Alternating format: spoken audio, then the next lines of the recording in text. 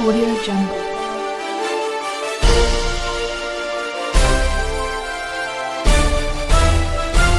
Audio Jungle.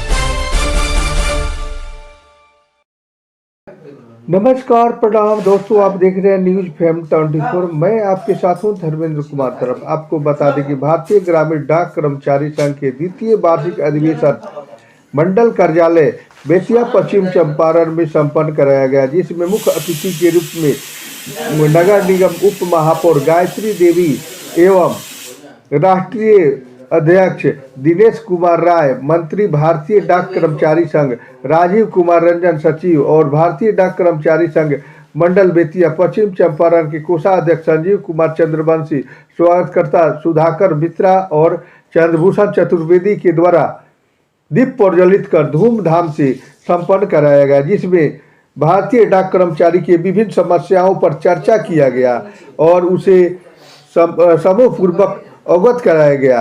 आपको बता दें कि इस कार्यालय में भारतीय डाक कर्मचारियों की विभिन्न समस्या लंबित है, जिस समस्या पर राष्ट्रीय अध्यक्ष के द्वारा और राजीव रंजन मुख्य सचिव के द्वारा चर्चा किया गया और विमर्श किया गया। उस पर आगे बढ़ाकर अपनी मांगे के समर्थन में मांग रखा जाएगा। उसके लिए तत्काल बने रहे। नमस्कार, जय हिंद।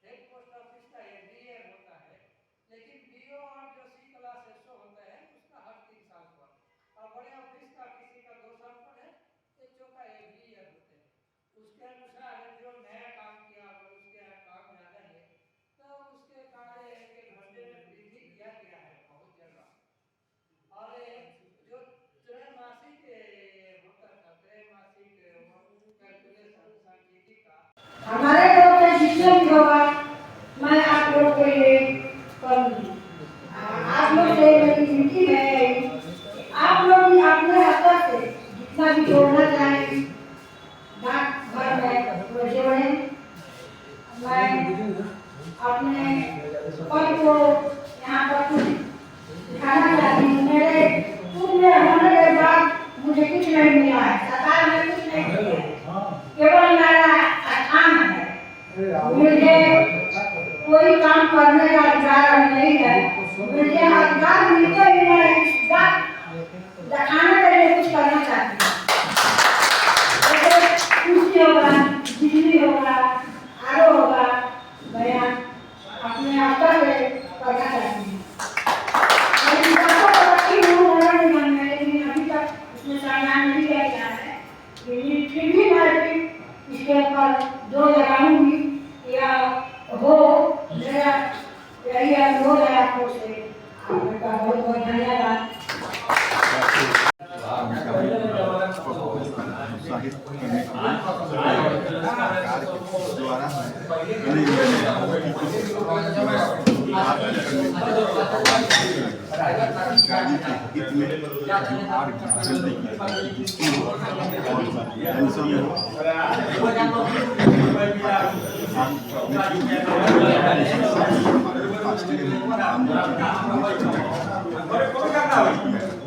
आपका परिचय क्या है?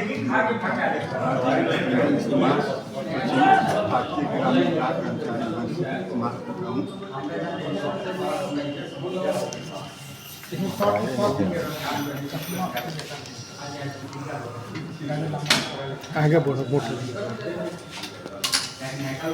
मेरा नाम दिनेश कुमार राय है। मैं भारतीय ग्रामीण डाक कर्मचारी संघ BNS का राष्ट्रीय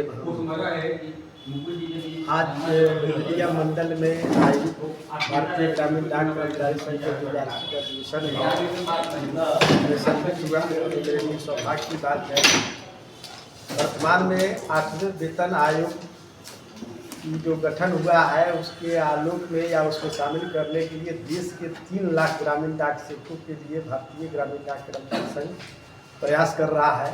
लेकिन इस देश के ग्रामीण डाक सेवकों को मेरा संदेश है कि 160 साल से अनावरत ये जो गुलामी की जो जंजीर है ग्रामीण डाक सेवकों के लिए, इसको तोड़ने के लिए जब तक भारतीय स्वतंत्रता संग्राम की तरफ नहीं लड़िएगा, संकल्पित नहीं होइएगा लड़ने के लिए और नहीं लड़ने के लिए संघर्ष करने के लिए आप अपने आप को तैयार कीजिएगा, तब तक दुनिया की कोई ताकत आपके जिंदगी में बदलाव नहीं ला सकता है।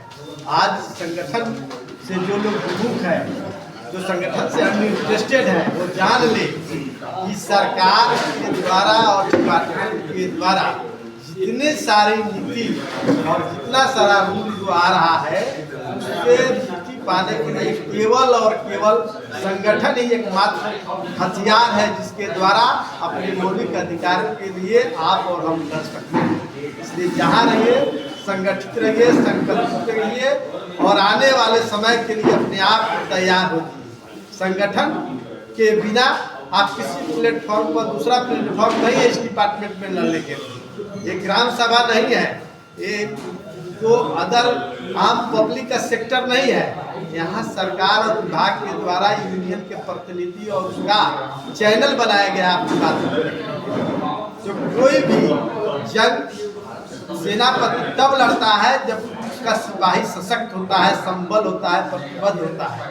लेकिन आज हिंदुस्तान में संगठन के प्रति जो रवैया है, ग्रामीण डाक सेवकों का, देश का आने वाला उनका भविष्य बेहतर नहीं है। इसलिए एक चेतावनी मैं दे रहा हूँ, अगर अपना भविष्य बेहतर चाह रहे हैं तो संगठित होइए, संकल्पित होइए और संघर्ष के लिए तैयार रहिए। बिना संघर्ष का कुछ नहीं मिलने वाला है। 22 दिनों का हड़ताल 2018 में किया तो 7वें वेतन आयोग के आलोक में कमलेश चंद्रा जी की जो कमेटी की रिपोर्ट थी वो सबसे 2.5 साल विलम्ब हम लोग को मिला। वर्तमान में जो 8वां वेतन आयोग है उसमें शामिल करने या उसके समकक्ष ग्रामीण डाक सेवकों के वेतन पुनरीक्षण के लिए जब तक आंदोलन नहीं हो, जब तक लड़ाई नहीं होगा, तब तक कुछ नहीं हो सकता है। कोई दिन प्रतिदिन डिपार्टमेंट का जो रवैया है वो ग्रामीण डाक सेवकों के एकदम खिलाफ जा रहा है। इसके लिए हम सबको संकल्पित और संगठित होना पड़ेगा। आज के अधिवेशन में बहुत से कर्मचारी आए हुए थे, लेकिन जो कर्मचारी नहीं आए उनको क्या संदेश दीजिएगा? उन सभी कर्मचारियों के लिए मेरा संदेश है कि डाक विभाग का कोई भी जो है रूल इशू होता है, कोई भी आदेश जो लागू होता है हिंदुस्तान के 3 लाख जीएस को ऊपर वो लागू होता है, चाहे आधार बेसिक अटेंडेंट हो या रूल 3A हो या कोई